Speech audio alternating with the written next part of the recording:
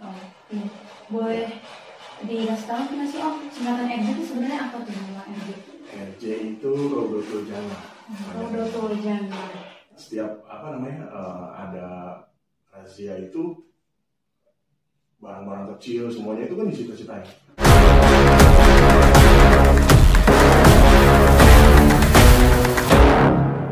Halo semuanya, selamat datang di 24 Hertz podcastnya Anak 24. Sini episode kita pertama, kita kedatangan tamu yang spesial banget. Sebelumnya, perkenalkan saya Nawang selaku host di episode kali ini. Boleh Om perkenalkan diri? Assalamualaikum warahmatullahi wabarakatuh. Waalaikumsalam. Saya Anang, yang punya RJ Print. Biasa dipanggilnya Om RJ. Kenapa dipanggil Om RJ? Karena buka tempat print di dekat SMA 24 udah cukup lama, jadi akrab sama siswa-siswi 24. Karena udah akrab ya mereka panggilnya Om.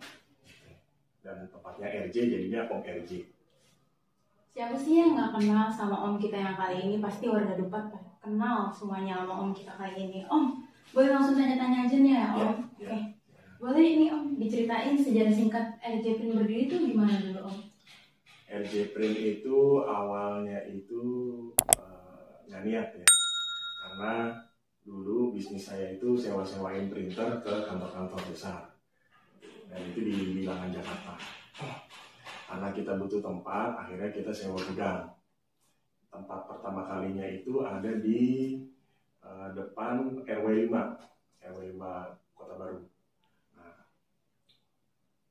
Suatu saat itu karena banyak orang yang lewat di depan gudang kita, ngelihat ada banyak printer, terus ada komputer, karena kan kita butuh buat ngecek-ngecek ya. Ada tuh mahasiswa gitu, mahasiswi datang, Pak ini bisa ngeprint gitu. Nah, saya sama teman saya itu bingung tuh, bisa nggak ya? Karena emang kita belum terima print. Gitu. Saat itu ya udah karena dia butuh, akhirnya kita printin, itu kan sesuai maunya dia. Lagi itu dia bayarnya harga normal, standar. Biasanya karena kita nggak tahu harga saat itu, kita nanya dia harganya biasanya berapa. Oke, dia setelah itu bayar. Dari situlah tercetus ide, kenapa kita nggak ngeprint sekalian? Karena saat itu saya kerja di sebuah pergudangan, itu jam 4 sore itu udah pulang. Jadi jam 4:30 udah bisa sampai toko. Kita buka cuma dari 4:30 sore sampai malam. Gitu. Itu awalnya. Lalu pindah ke tempat kedua di belakang Alfamart yang dekat Vankis, dulu ada Vankis. Setelah itu kita pindah karena kita dapat proyek besar saat itu dari salah satu BUMN. Kita butuh tempat yang lebih besar. Berjalannya waktu hampir 2 tahun di situ, 1,5 tahun, nggak boleh diperpanjang sama yang punya. Gitu. Jadi kita udah kebingungan banget saat itu nyari tempat sana sini, bahkan ruko depan itu semua udah penuh. Alhamdulillah akhirnya dapat tempat yang sekarang. Gitu, di Kapal 1 dekat SMA 24. Itu kurang lebih 5 tahun yang lalu. Jadi dari angkatan 9, angkatan 8 mau lulus, angkatan 9-nya kelas 11. Jadi cukup terkenal banget Om. Boleh dikasih tahu nggak sih Om, singkatan RJ itu sebenarnya apa tuh nama RJ? RJ itu Rodoto Jana. Rodoto Jana. Ternyata. Ya. Om, rahasianya apa sih Om? Kok bisa barang-barang ataupun ngeprint di RJ Print tuh lebih murah gitu dibanding toko-toko yang lain atau tempat print yang lain gitu? Apa Om nggak takut rugi gitu Om? Enggak. Rugi itu karena nggak bisa ngitung HPP. Gitu. Kenapa saya bisa begitu? Karena kan dulu saya kuliah ngambil ekonomi ya. Saya alumni UNIS. Ya. Jadi di kampus itu kan pasti diajarin kalau karena saya ekonomi, ngitung HPP-nya gimana gitu. Nah, kalau kita ngitungnya benar, teliti, terus kita lihat pasar seperti apa, gitu kan, harga pasaran berapa nih. Nah, kita harus punya strategi. Jadi ada satu produk yang bisa narik pelanggan itu banyak datang. Om dulu teknik promosinya gimana tuh Om? Dulu pasti kan ada pasang surutnya nih pas baru-baru merintis tuh. Gimana tuh Om pas baru merintis kok bisa jadi seterkenal ini gitu sekarang? Pasti. Promosi itu yang paling utama itu kedekatan sama customer. Karena kalau kita dekat sama customer puas, itu nggak usah suruh promosi, mereka pasti ngomongin sendiri. Jadi mulut ke mulut itu pertama. Kedua itu ngikutin perkembangan zaman. Itulah kenapa saya berusaha selalu dekat sama kalian, terutama karena yang paling dekat sama toko kan lokasinya sekarang SMA 24. Perkembangan zaman itu, cepatnya luar biasa.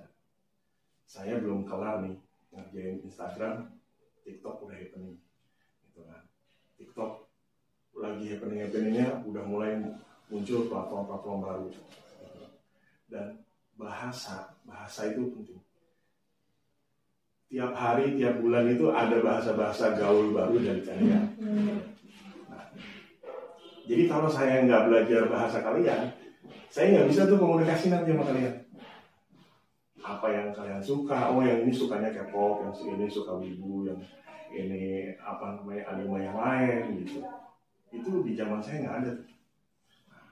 Apa sih hubungannya sama bisnis? Nah itu dia komunikasi. Jadi kalau komunikasinya nyambung, apa yang kita mau sampaikan, gitu kan? Ngap, gue jualan ini ngap, gitu kan? Sekarang bahasa gitu. Nggak bisa kayak pakai bahasa kaku kayak zaman saya dulu. Bapak-bapak, ibu-ibu, atau kakak-kakak, ini yang saya jual hari ini.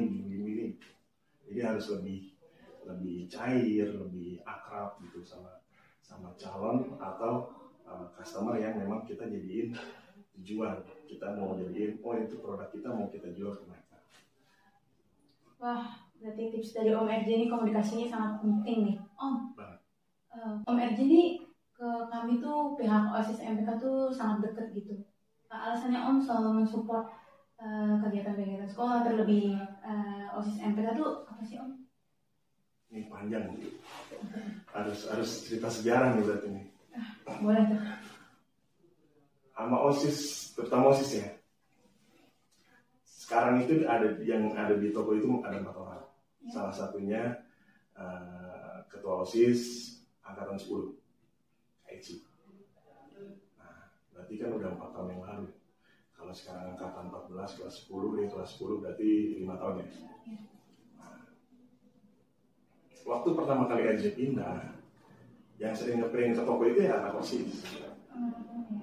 Karena kan mereka tuh kegiatannya banyak. Dan angkatan 10 itu legend banget OSISnya. Legend banget. Itu terkenal banget nih. Gitu. Udah gitu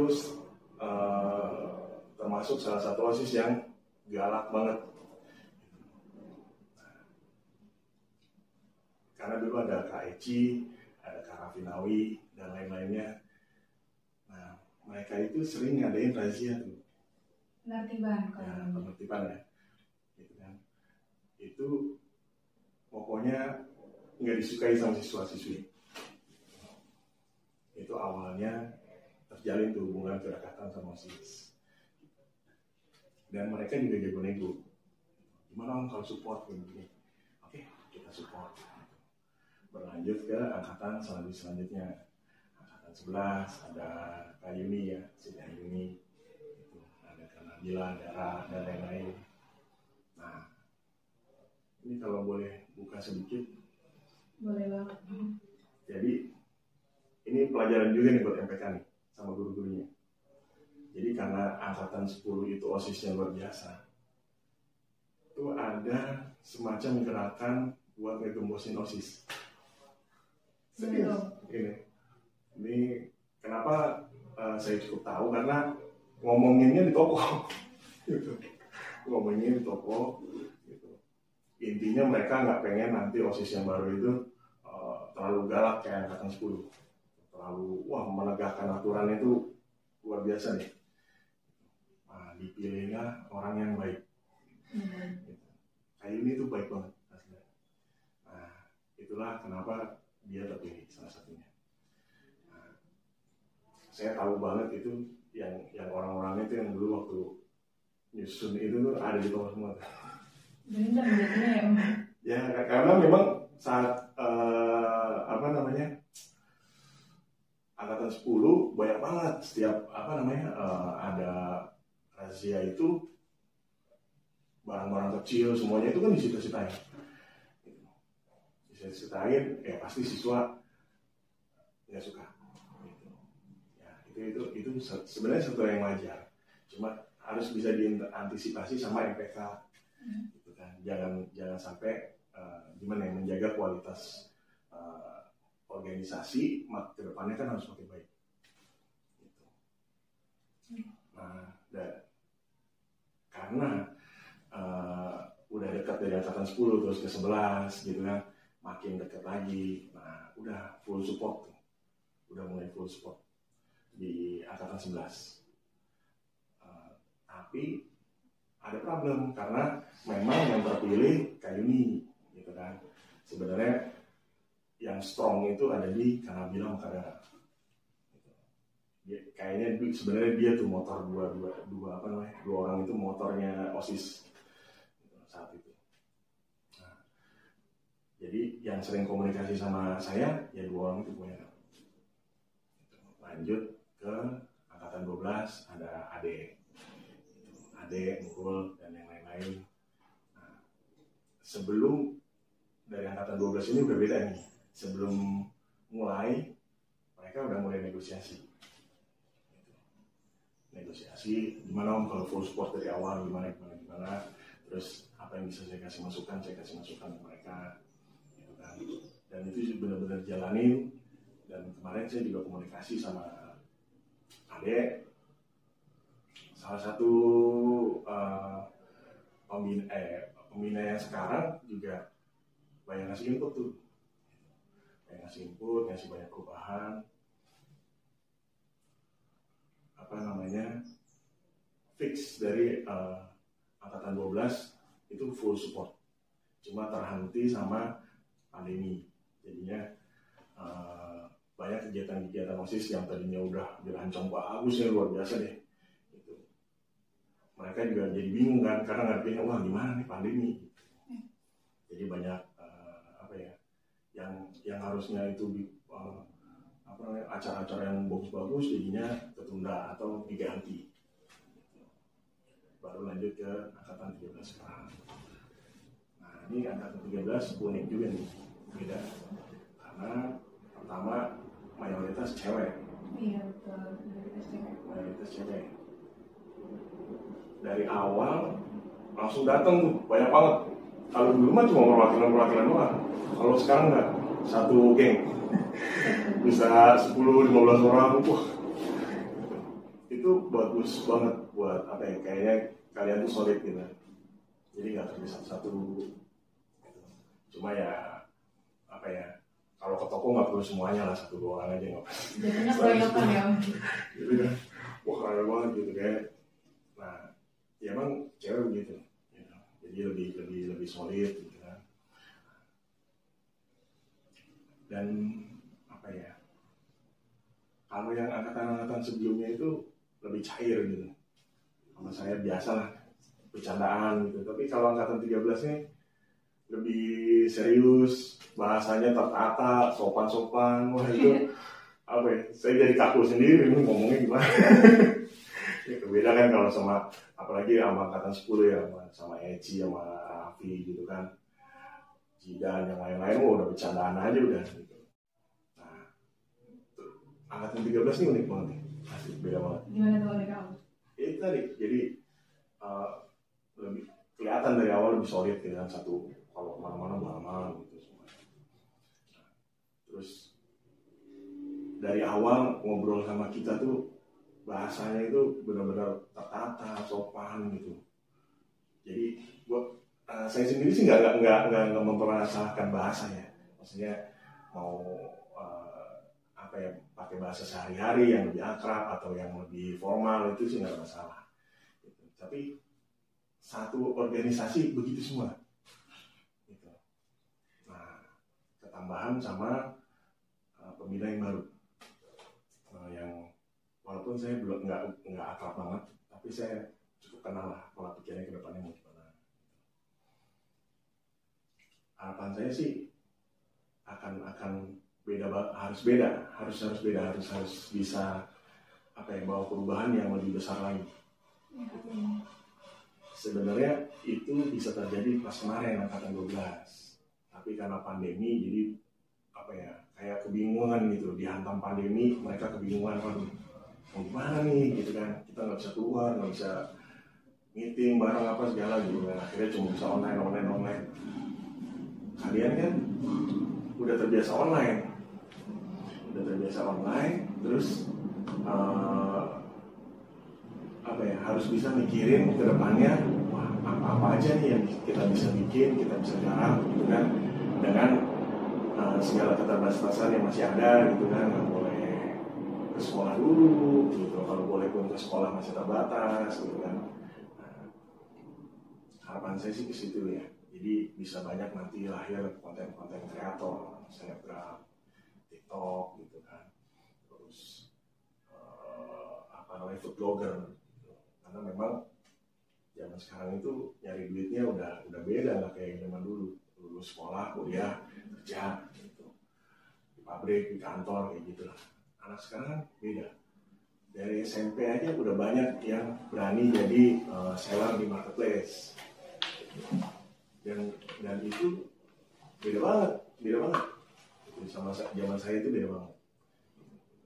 Itu udah nggak malu mereka nawarin di WhatsApp gitu kan, dibikin di status, guys open PO nih gini. Wah itu saya udah biasa banget ngeliat begitu, bahkan dari anak SMP, bukan SMA. Nah, perbedaan itu, perkembangan zaman itu harusnya benar-benar diseriusin sama basis mereka gitu. Dorongnya pakai lomba-lomba yang kayak besok nih, kalian mau ngadain lomba-lomba kan, lomba-lomba yang lebih digital gitu, lebih kekinian, lebih ngikutin zaman, dan itu harus dikomunikasikan sama yang guru. Jadi kalau bisa guru-guru juga sekolah terutama secara kesatuan keseluruhan ya mensupport, dimana nanti dari 24 banyak keluar menghasilkan konten kreator gitu kan, terus tiktokers, terus selebgram, food blogger gitu, seller marketplace gitu kan, karena guru juga kan semuanya udah umurnya pasti di atas 30 ke atas gitu. Dan mereka kalau menurut saya kayaknya nggak ada nih seriusin kayak gitu. Nah, sedangkan anak sekarang arahnya ke situ semua, banyak banget yang arahnya ke situ, jadi fotografer, yang lain-lain gitu kan. Nah, perbedaan itu yang harus bisa dijembatanin sama OSIS. Nah, itu harus benar-benar diseriusin. Dan diundangnya saya ke sini hari ini itu saya senang banget. Kenapa? Karena arahnya nanti ke sono. Gitu. Jadi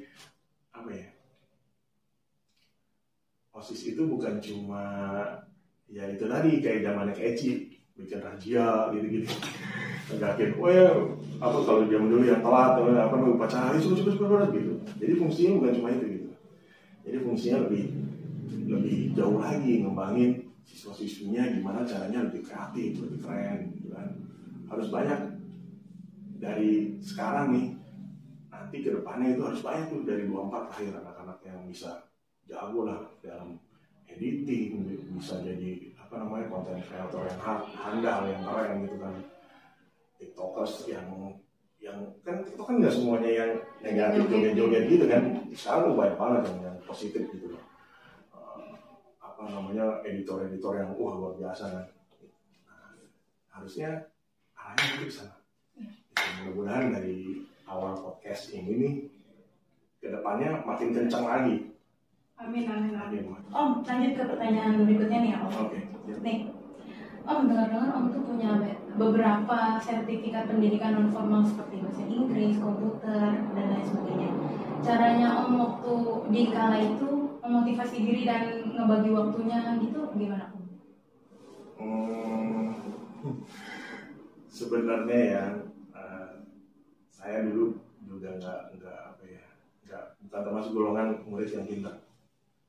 Jadi bukan di golongan murid-murid yang ranking 1 sampai 5. Cuma dari dulu emang saya aktif di banyak organisasi. Banyak banget organisasi, salah satunya OSIS. Gitu. Waktu sekolah, nah kalau misalkan pendidikan non formal itu karena lebih ke dorongan orang tua saat itu. Gitu. Dan saya bersyukur saat ini punya ibu saya itu galaknya luar biasa.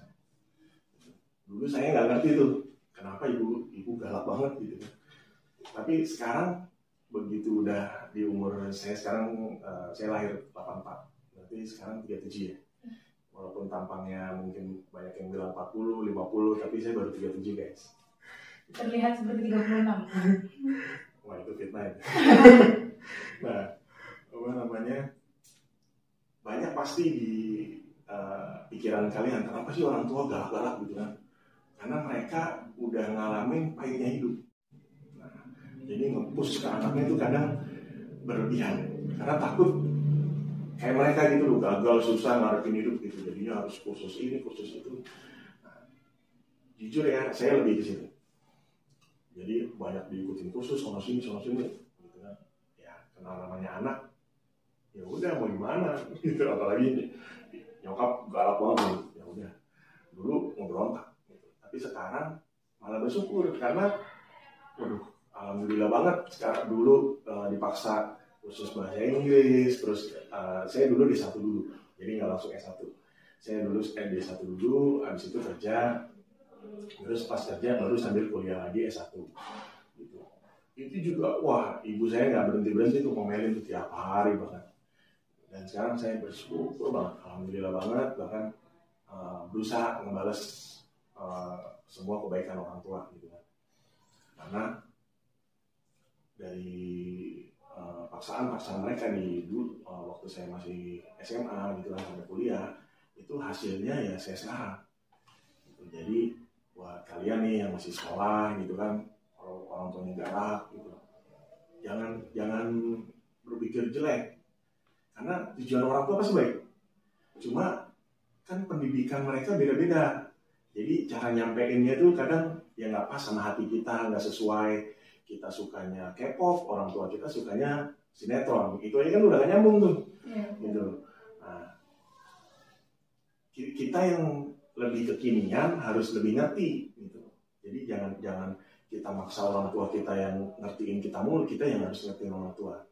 Dan kalau kita nurut sama orang tua, efeknya bagus banget. Jadi banyak kemudahan-kemudahan yang Allah kasih ke kita gitu kan. Nah, salah satunya balik lagi ke pertanyaan itu, sekarang saya punya banyak sertifikat. Jadi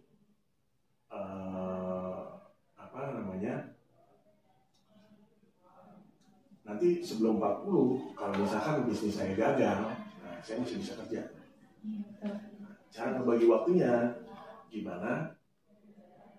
Kalau dulu saya sih ngalir aja, jujur ngalir aja, nggak begitu yang bukan tipikal orang banyak kayak anak 24 yang disiplin banget. Ambis gitu. Ya, yang ambis itu banyak di angkatan 11. Luar biasa itu. Anak-anak angkatan 11 itu, yang ambis itu luar biasa banyak banget.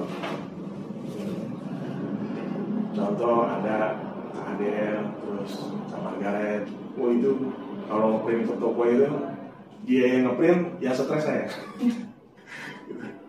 Kapan istirahatnya gitu. Ya istirahatnya, kapan mainnya gitu, belajar mulu.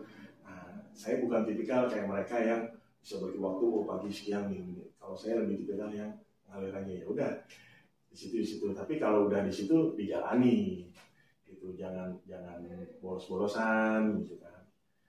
Nah, walaupun nilainya standar, tapi yang penting punya keahlian di situ. Misalnya bahasa Inggris paling jeblok gitu kan, buat saya bahasa Inggris gitu. Tapi tetap saya jalanin, setidaknya saya ngerti lah gitu. Oh ini ada grammar begini gitu. Walaupun prakteknya nggak jauh-jauh banget gitu. Nah, kesininya kenapa kita harus terus belajar. Kalau kita nggak belajar, mati. Dalam arti saat ini kita merasa udah pinter nih, kita merasa nih, gue udah jago, udah bisa lah, apa sih lu semua gitu. Itu saat itu juga sama aja kayak kita lagi gali kuburan kita sendiri. Itu saat itu juga sama aja kita bikin pondasi yang udah kita bangunan, kita udah bikin bangunan gede bagus kan, dilihat orang keren, tapi kita berhenti belajar saat itu. Nah itu pondasinya udah mulai hancur tuh. Karena yang bikin kita terus bertahan, minimal kan bertahan gitu. Apalagi bagusnya bisa berkembang makin besar, itu harus terus belajar. Jadi sampai saat ini dan nggak boleh gengsi, belajar tuh nggak boleh gengsi. Saya banyak belajar sama kalian gitu loh. Saya nggak tahu dulu bahasanya wibu itu apa gitu kan, anime itu apa, bahkan saya benci banget sama K-pop gitu ya. Sorry ya K-popers. Disuruh dulu Om ntar. Nggak apa-apa, karena itu faktanya begitu gitu loh.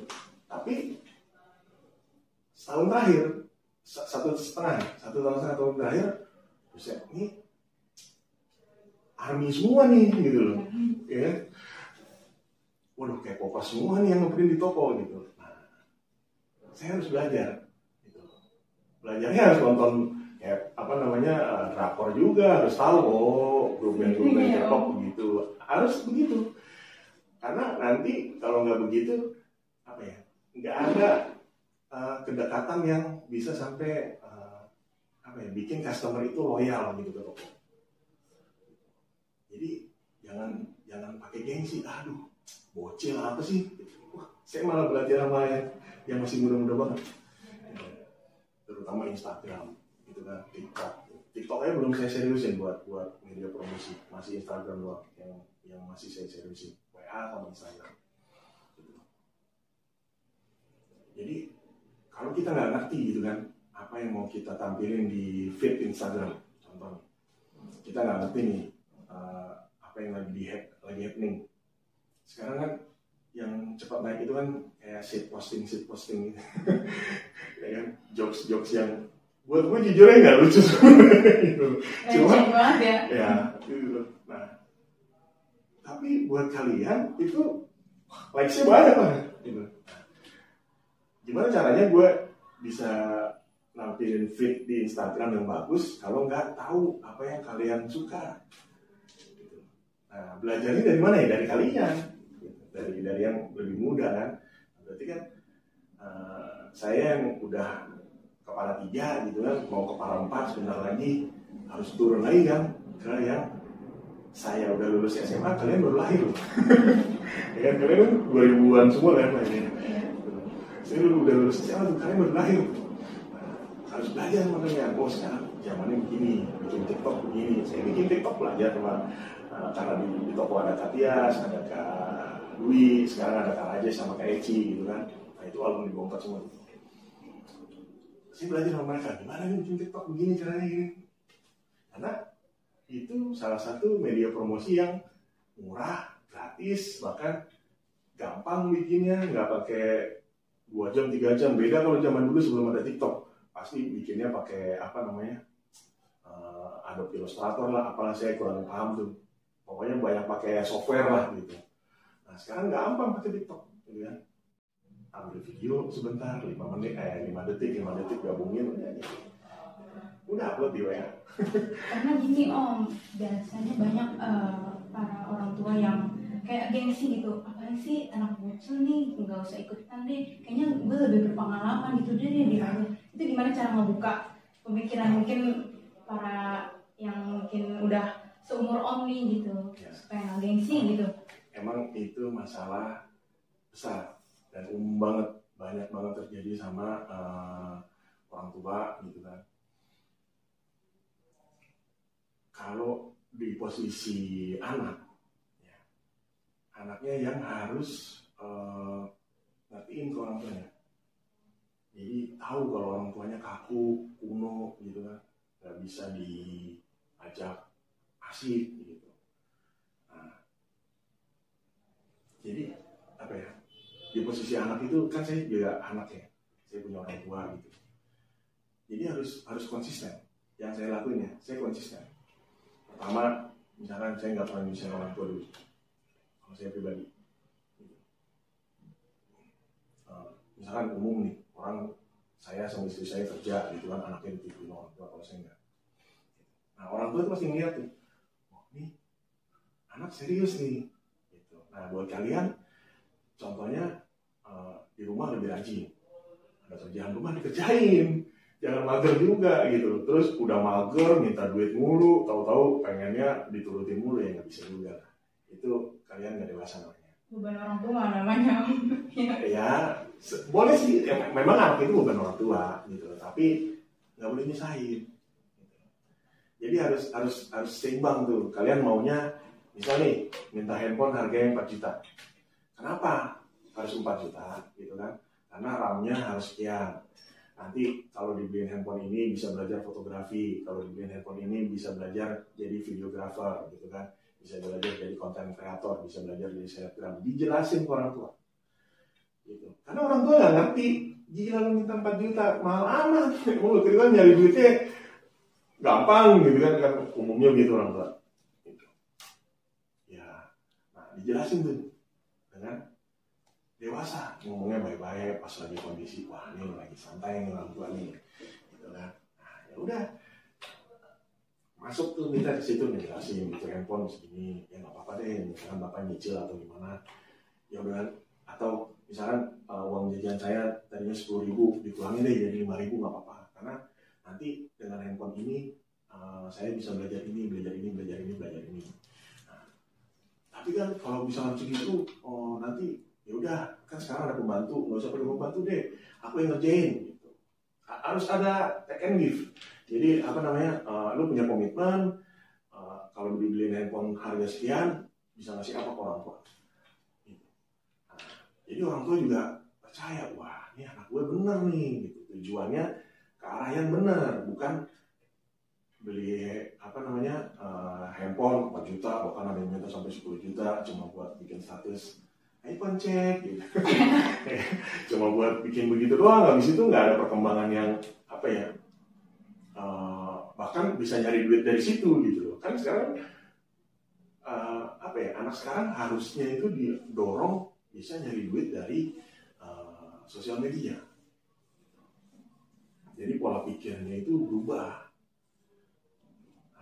Itu yang harus jadi tugas kalian. Jadi tugas kalian yang masih sekolah. Jadi jangan minta orang tua yang ngertiin lu ke anak. Anak juga harus ngertiin. Karena beban orang tua berat loh, asli berat. Saya sekarang punya anak 3 ya. Sekolah semua nih tahun depan. Itu mikirnya tuh udah berat. Jadi kalau ada yang minta, hari ini ada yang minta pizza gitu. Lu pizza duit dari mana? Besok harus bayaran tuh kan? Jadi kita sebagai orang tua mikirnya kayak gitu. Padahal kan sebenarnya kalau dia mau ngejelasin, padahal Pak kalau misalnya hari ini mau pizza, saya mau belajar mau jadi food blogger nih, begini-begini. Nah kita kan nggak tahu niatnya dia. Karena komunikasi itu yang putus tuh. Nah, harus belajar. Jadi anak juga harus belajar bisa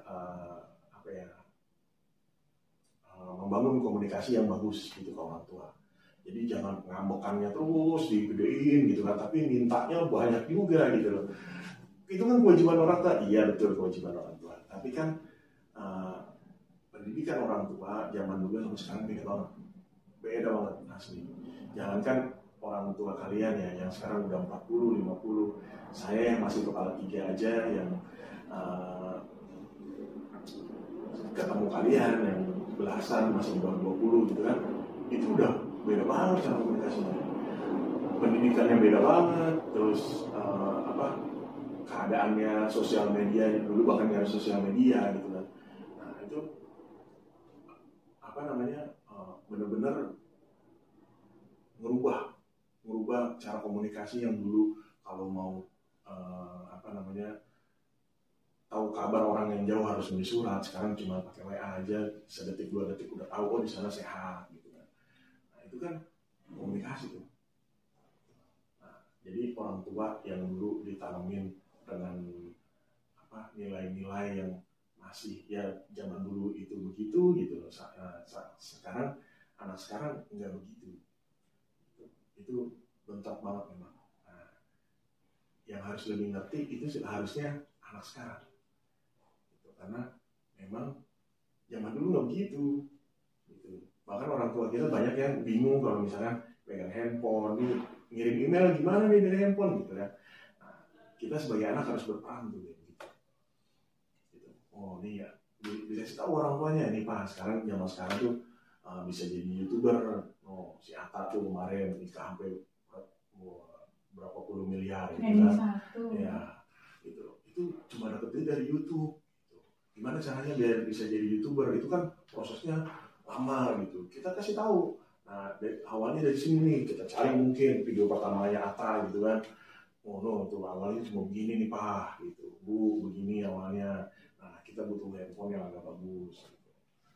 Orang tua yang benar-benar peduli sama anaknya, dan semua orang tua pasti peduli gue yakin. Walaupun caranya beda-beda memang. Nah, itu pasti akan berusaha deh ngasih, walaupun dia harus minjem kayak apa kayak gimana caranya. Nah, sebagai anak harus bisa nunjukin bahwa kalau begitu udah dikasih, wah ini hasil positifnya nih. Sekarang aku udah bisa loh bikin video TikTok begini, gitu yang positif, gitu kan. Nah, terus di di Instagram udah bisa sering posting yang gini, yang positif. Nah, nanti dari sini bisa datang endorse, gitu. Contohnya seperti itu. RJ aja banyak kerjasama sama mahasiswa. Jadi saya endorse full skripsi mereka. Nah itu kan bisa ditunjukin tuh ke orang tua. Gitu. Nih bahkan anak SMA juga udah mulai ada beberapa yang saya endorse. Prestasi-prestasi itu harusnya bisa ditunjukin tuh ke orang tua. Jadi orang tua juga tahu, wah, oh begini ya caranya anak sekarang nyari duit. Bahkan gini Om, kadang orang tua tuh berpikiran kayak apaan sih cuma kayak gitu doang. Kayak kadang juga nih balik lagi ke komunikasi antara anak dan orang tua. Di antara mereka tuh ada gap pasti. Kayak kadang orang tua nggak mau dengerin apa maunya anak. Kadang ya jadi miskom gitu antara mereka, orang tuanya maunya gimana, anaknya ya hati dan tubuh bergesekan gitu Om. Nah mungkin boleh untuk para orang tua gimana tuh kira-kira supaya nggak saling miskom gitu antara anak dan orang tua, dan komunikasinya asik gitu Om, jadi diajak sharing bisa gitu. Karena memang nggak semuanya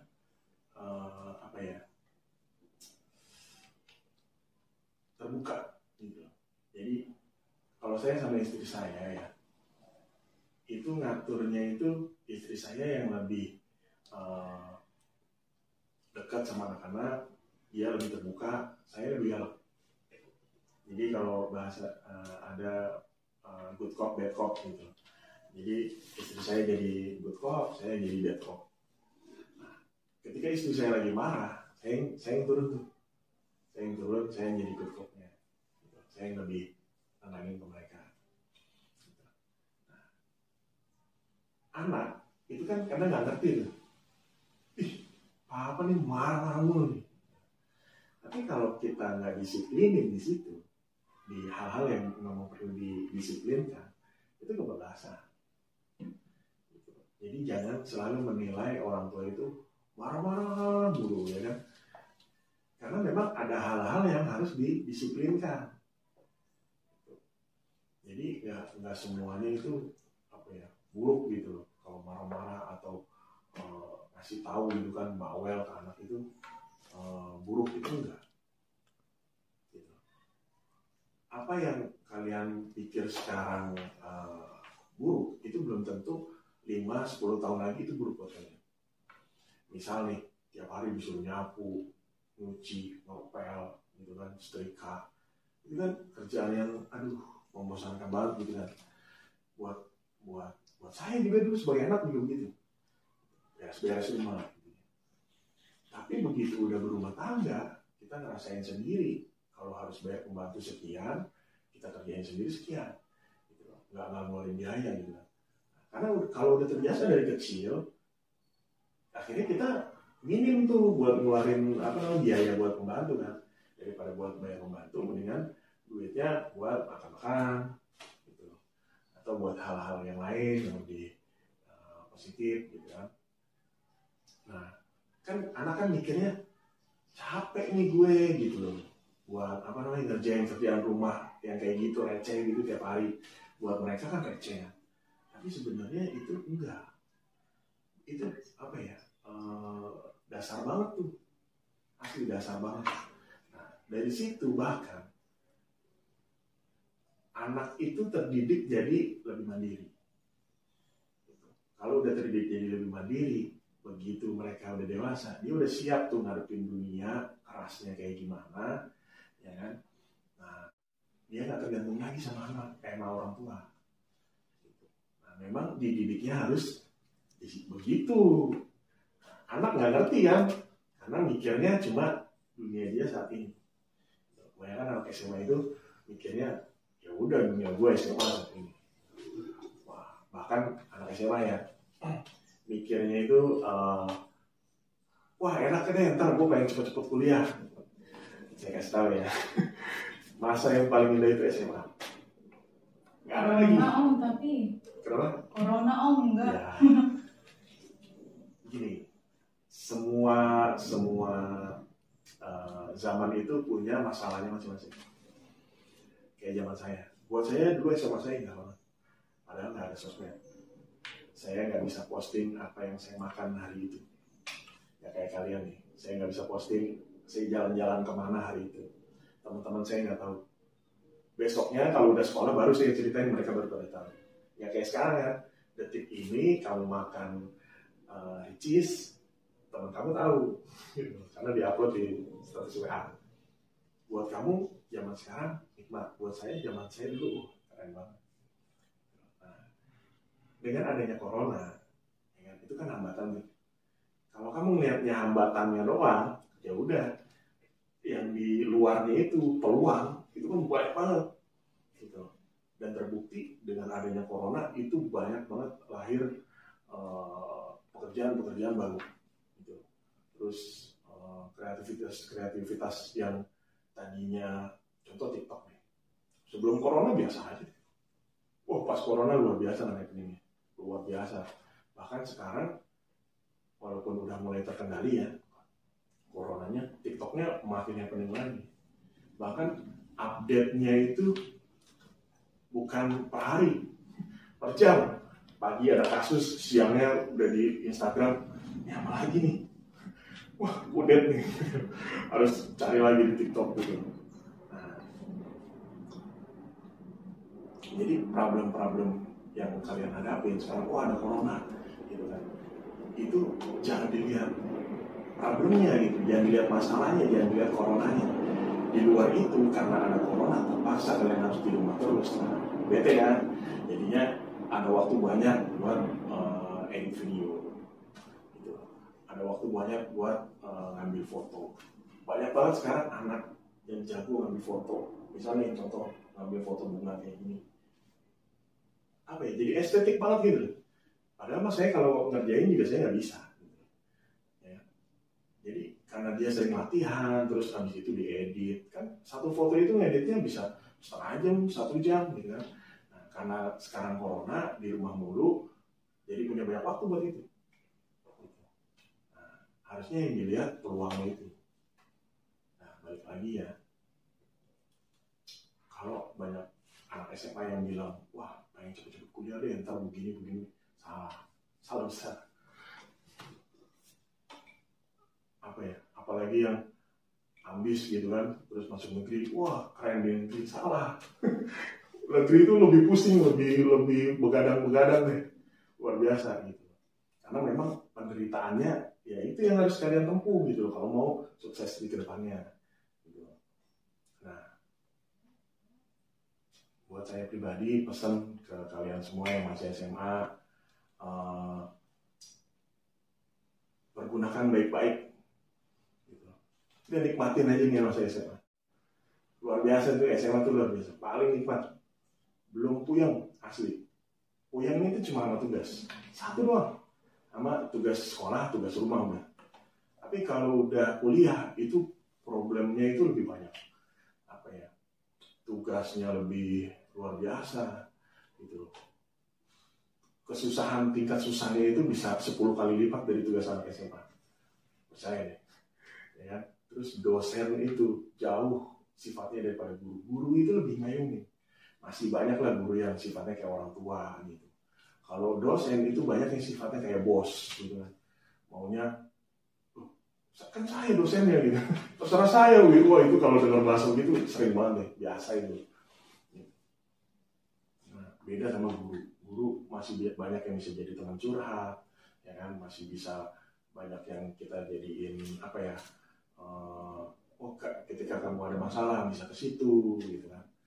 Terus tugas-tugas dari guru juga apa ya, cuma guru itu kan jadi ada kurikulum yang turun dari pusat. Nah, guru itu cuma menerjemahkan kurikulum. Jadi jangan bereaksi berlebihan terhadap guru. Om, kalau balik lagi zaman dulu Om ya masih muda gitu, pernah nggak sih Om dulu ngelewatin masa-masa yang boleh dibilang bandel gitu Om? Kalau misalnya pernah gitu, gimana cara ini gue harus lebih baik nih besoknya nih, berubah gitu ibaratnya Om? Kalau bandel, saya bandel banget. Gimana tuh? Gitu. Kalau bandel itu saya bandel banget.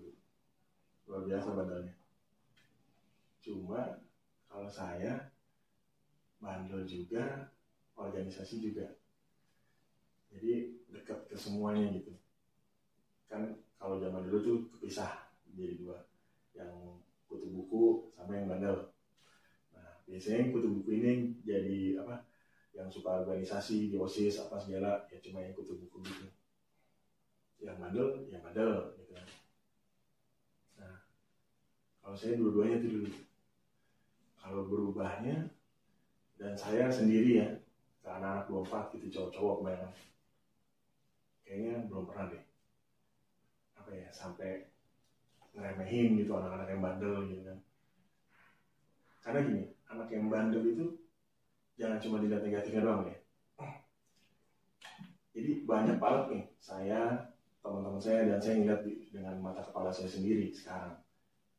Itu yang bandel-bandel itu, begitu mereka udah tobat, ya, benar-benar tobat, itu apa ya, berubahnya itu jauh lebih apa ya, lebih semangat gitu, lebih luar biasa effortnya buat apa ya, buat benar gitu. Jadi misalkan dia dari titik 0 nih, dia berubah nih buat nyampe ke titik 100, itu speednya lebih cepat karena dia udah tahu nih, udah capek lah sama yang bandel-bandel gitu. Mohon maaf nih, misalkan agak vulgar ya. Kan dari SMA udah banyak yang merokok, udah banyak yang mulai belajar minum minuman keras gitu kan. Satu sisi memang itu buruk. Tapi kalau anak-anak itu tahu nanti dia harus berhenti di umur sekian, setelah dia tobat itu kedepannya itu dia akan lebih apa ya, lebih semangat gitu. Lebih benar-benar pengen ngebuktiin nih gue juga bisa sukses. Caranya gimana? Biasanya anak bandel itu banyak diremehin, banyak dicaci maki, cuma wah lu sampah masyarakat lah, gini lah gitu. Termasuk saya juga dulu gitu kan. Contohnya saya bandel nih, saya S1 aja 6 tahun. Itu karena banyak main. Itu yang lain 4 tahun, saya turun dua tingkat tuh di bawah. Terus titik baliknya ya karena begitu, karena banyak diremehin sama orang. Wah lu mah gak bakalan sukses dah, lu mah nggak. Itu kan sakit tuh. Jadi sakit hati itu kita gunain buat sukses. Jadi buat dasar buat kita sukses nanti ke depannya. Apa ya, pengen ngebuktiin gitu kalau orang-orang yang tadinya menghina kita, lu kan yang bilang dulu gua gak bisa sukses gitu. Biasanya begitu. Dan itu pengalaman bandel itu ya, kalau misalnya dia udah bandel nih, udah tobat, nah, dia udah sukses nih, diajak bandel lagi biasanya pada ngomong.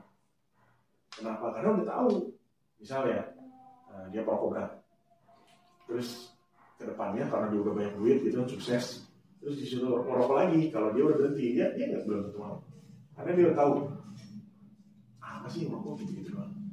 Sama misalkan ada teman-teman kalian yang udah mulai belajar minuman keras, ya gitulah. Ya. Nanti kalau dia udah tobat nih, udah benar-benar sukses, banyak duitnya, itu diajak lagi di situ, biasanya kebanyakan nggak mau, karena udah tahu. Aduh, gitu doang, udah lu pada ngabisin waktu deh, gini-gini wah. Malah mereka yang banyak-banyak jadi bijak nih. Nanti maksudnya. Nah, hati-hati sama yang dari kecilnya bener itu ngejaganya lebih susah tuh ya. Ada kan kalian pernah dengar bahasa telat bandel. Nah itu umur 40, 50 itu baru bandel. Nah, karena menjaga itu lebih susah. Jadi kalau buat saya pribadi ya, bahkan saya kebanyakan sama cowok-cowok gitu ya yang emang dia selengean gitu kan, pokok ya biasa aja gitu. Bahkan saya lebih sering manggil ke customer yang cowok gitu, bro, ya, biar lebih akrab. Jadi nggak sedikit juga nanti mereka yang curhat jadinya di WA gitu pas udah malam, ada masalah ini, ada masalah itu, ada masalah begini, dan itu tetap saya layani. Kalau emang lagi lagi senggang pasti saya jawab. Nah, itulah yang membedain antara yang bandel sama yang nggak bandel. Titik baliknya itu biasanya yang bandel tuh banyak diremehin karena kesel, nah, dia males tuh berusaha jadi lebih baik. Wah, seru banget nih pembicaraan kita kali ini sama Om RJ ya. Ini Om terakhir buat penutup, pasti kan pas saat Om melalui masa-masa bandel itu pernah kan ngerasa kayak menyalahkan diri sendiri, pasti kan Om kayak nyesal terus jadi lebih sering nyerah. Mungkin ada nih Om motivasinya untuk para millennials di sana yang mungkin gampang menyerah, takut melakukan sesuatu gitu, yang dipikirin gagal terus gitu Om. Nah, nyesel, capek, mau istirahat boleh, nyerah nggak boleh. Jadi nyerah itu harus dihapus dari kamus kalian. Ya, benar-benar nggak boleh nyerah. Karena gini, contoh ya, dulu banyak yang bilang, wah lu S1 aja lama banget begini-begini ke saya deh. Tapi saya biasa aja, gitu. Biasa aja udah, jalanin aja terus. Yang penting lulus, gitu kan. Nah, dulu saya begitu jujur aja, nggak bukan orang yang tipikal yang wah pintar-pintar banget, gitu kan, nggak. Nah, begitu udah lulus, kita tahu tuh ilmu yang kita dapat mau kita gunain buat apa. Jadi bukan cuma sekedar ijazah doang. Terus kenakalan yang kita buat, kalian yang baik-baik gitu kan, karena ada yang nakal yang baik gitu kan. Nah, yang baik-baik biasanya banyak pengalaman di organisasi gitu kan, banyak pengalaman belajar, banyak baca gitu. Yang nakal enggak nih, nggak banyak baca, jarang ikut organisasi, ya nongkrong yang begitulah gitu. Tapi dua ini punya sisi positif masing-masing. Yang nakal juga nggak bisa dibilang negatif semua. Gunakan pengalaman itu semuanya buat ngebentuk diri kalian ke depannya itu maunya gimana. Jangan nyerah, jangan pernah nyerah. Sepahit apapun, pokoknya hari ini mau nangis, malam ini nangis nih. Nah, tapi besoknya keluar lagi dari kamar, bangun lagi, hadapin lagi masalahnya. Gitu. LJ itu pernah lagi jaya-jayanya nggak boleh diperpanjang tempatnya. Padahal tempat lama besar loh, lebih besar dari yang sekarang. Kan sekarang udah digedein ya toko, lebih besar dari yang sekarang. Terus harus pindah ke toko yang kalau kalian tahu ya toko RJ dulu yang kecil gitu kan, harus pindah ke situ. Dan saya ngebangun di toko kecil itu 4 tahun. Luar biasa perihnya, asli perih banget itu. Dan yang lebih bikin perih lagi, saya dapat tempat itu lebih ke dalam daripada jalan raya. Karena yang dulu lebih dekat jalan raya utama Kota Bumi kan. Yang sekarang kan lebih ke dalam. Dan kesalahan terbesar saya dulu juga nggak memaksimalkan sosial media. Dulu baru ada BBM, terus mau ke WA. Cuma saya nggak pernah WA dulu. Itulah kenapa saya sekarang RJ itu serius banget di WA sama Instagram. Nah, proses itu kalau saya nyerah, kalian nggak akan lihat RJ yang sekarang.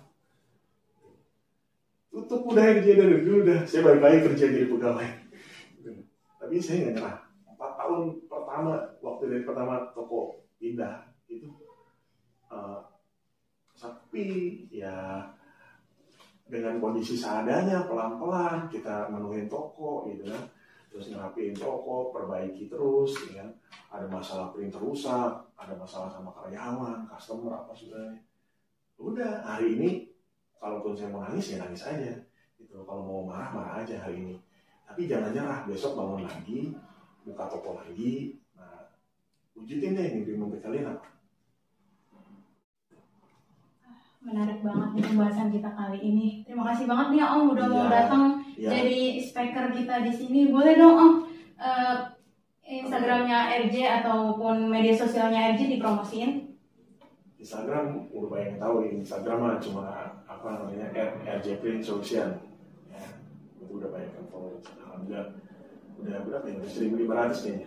Wah udah lumayan ya. Jangan lupa ya buat teman-teman kalau misalnya mau nge-print ataupun butuh yang lain ke RJ, karena tagline apa Om? Murahnya kebangetan, kualitasnya kebagusan. Waduh, terima kasih banget nih. Terima kasih ya Om. Iya, sama-sama. Baik, kita sudahi saja perbincangan kali ini.